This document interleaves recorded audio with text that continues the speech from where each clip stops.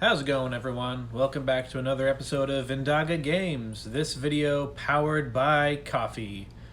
Can't afford it most of the time and you can't live without it. So here we go. We're going to be working on a little project that I've been waiting on. Seeing as this is my 10th video, I thought it'd be fun to kind of do a little studio update. So we're going to be building a faux cobblestone wall for my game room. We're just getting the necessary supplies, plenty of brushes. I'm getting the foam board. This is just your typical styrofoam foam board, 1 inch thick. And here we're just cutting off the first 15 inches off the end of this guy. So that'll be line up with my basement ceiling and floor.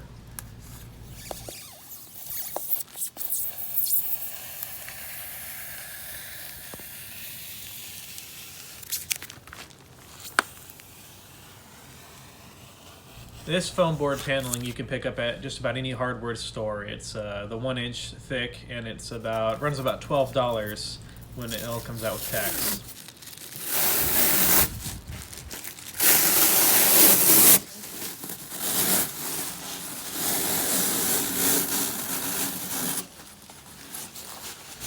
Next, we're going to follow a general layout of a pattern, going for a cobblestone pattern.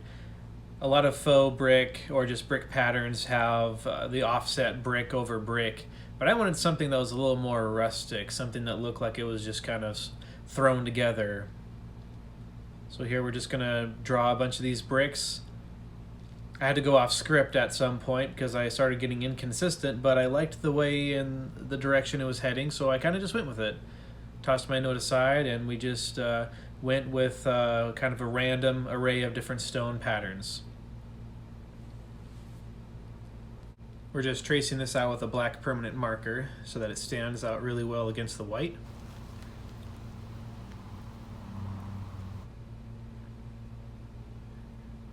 Once you get your brick pattern completed and filled out, you can add other little details or fix mistakes you may have made. Now we're ready for the next step.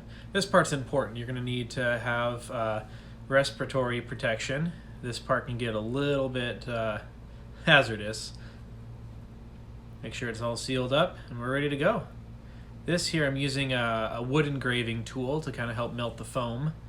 This you can pick up at any craft store and some hardware stores. I like to turn it on the highest setting for this stuff and let it sit and warm up. And then we're ready to cut. This tool cuts pretty deep furrows and it melts the foam really quick, and it also releases a lot of vaporous gases, so you want to make sure that you have the adequate protection for your lungs. It's important too to make sure you take frequent breaks in between this part of the project too. Sometimes even still the fumes can bother you sometimes. Just tracing along those lines. And sometimes between certain bricks you want to give really wide gaps so that it doesn't look like it fits too perfectly. You want this to make it look like it was thrown together and not perfectly fitting like a puzzle piece. I picked up this tool for about $30 at my local craft store, and it works really well. It does the job. Once you get all your lines cut out, we're going to need to go over each of the lines with a rock. We have a couple different textured rocks that I like to use to make good patterns for the faux brick, and you can use it to kind of stamp different textures on it, and also getting on there with your knees can help too, to get some good indentations and to make it look more natural. Here I got it propped up against my wall, and we're going to start painting it using our black.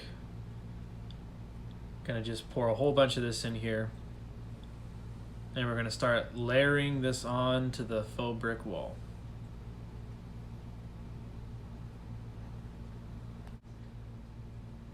And it's surprising how a little bit of this paint goes a very long way when you use it. So I recommend using just a moderate amount to begin with. Got a paint roller here that I picked up for pretty cheap. And we're just going to start working on putting the first coat on. You're going to see a lot of white coming through, and that's just okay.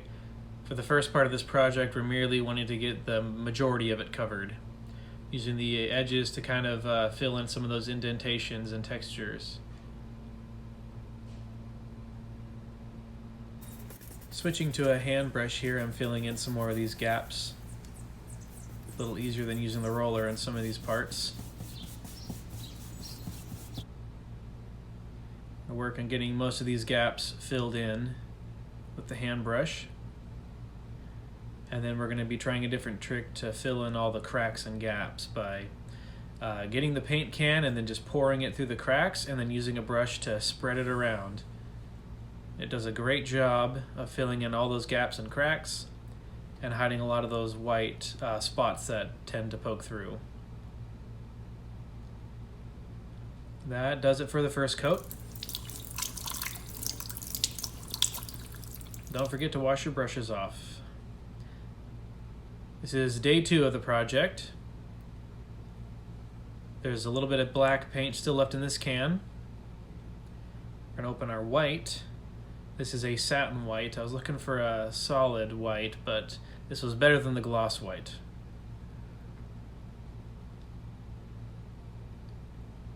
I'm gonna just add the entire can into the black paint can to get all the rest of that black out of there. Seal it up real tight, shake it, and it's good to go. And we're going to use our roller from previous day. We're going to use the black. It's going to be a little crusty and a little hard, but that's okay because it's going to lay over the top details really well and it's not going to seep into the gaps. This way you don't have to worry about buying 2 roller brushes, you can just get 1.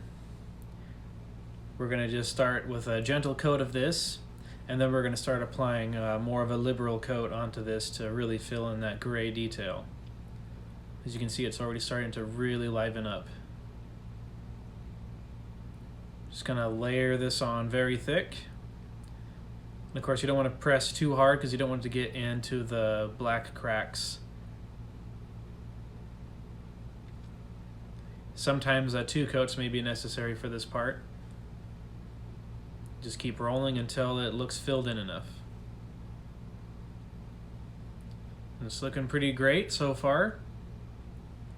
Very, very rustic cobblestone appearance.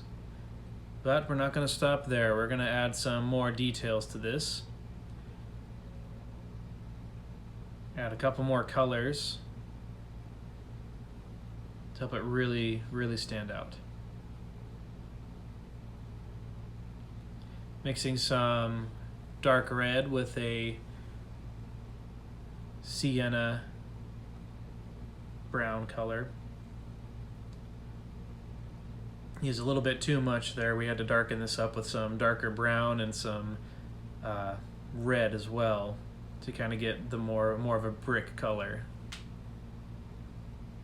And when doing this step of the process, you want to try to target stones that are very consistent in shape with each other.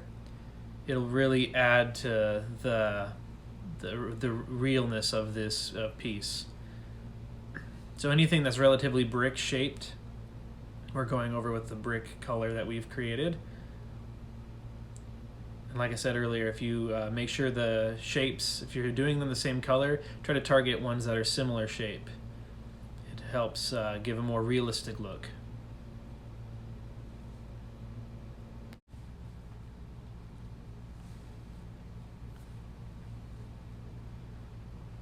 After filling in these guys, we're going to move to a different coat. The next step is going for a lighter gray color. We're going to go back to our original paint tray from earlier, and we're just going to apply a very generous amount of white, giving this a lighter color.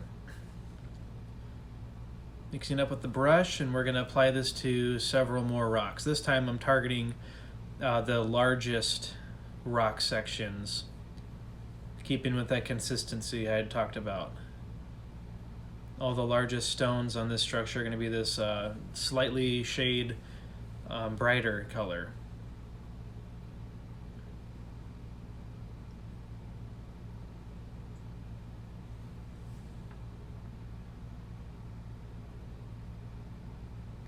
Oh yeah, that's coming together real nice. looking great. So the strategy here is using the brush and stippling it along these larger stones so that some of that gray and black comes through a little bit. Just helps add some texture and detail to it instead of painting it on flat gray.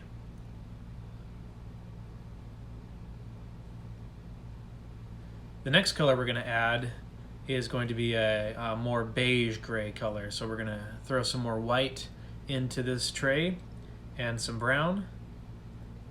Mix it together until it's this beige coloration, and it's going to lighten up some of these smaller rocks that are in the rock wall here. It's going to really help these stand out and give some more dynamic coloration and design to this faux cobblestone wall.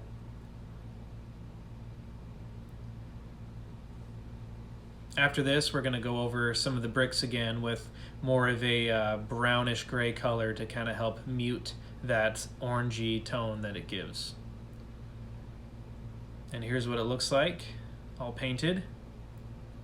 You can see that orange got muted by that brownish gray tone for its second coat.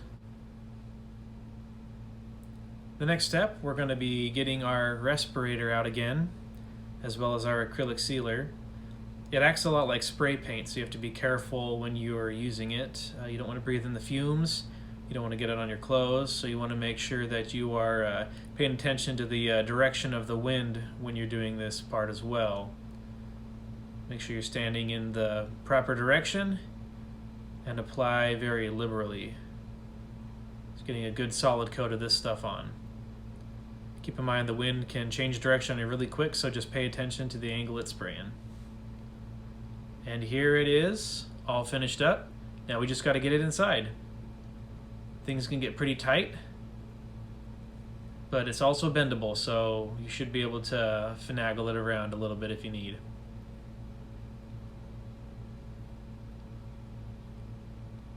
Now we can finally update this wood door and have a much more appealing backdrop for the game room.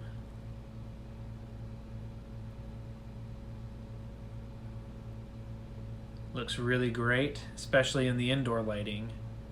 Those colors and tones and textures really pop out.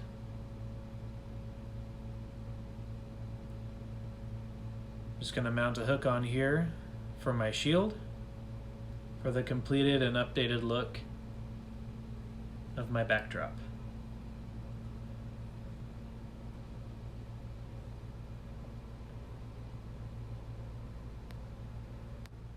With my crest mounted on the wall, we are ready to have some games in here.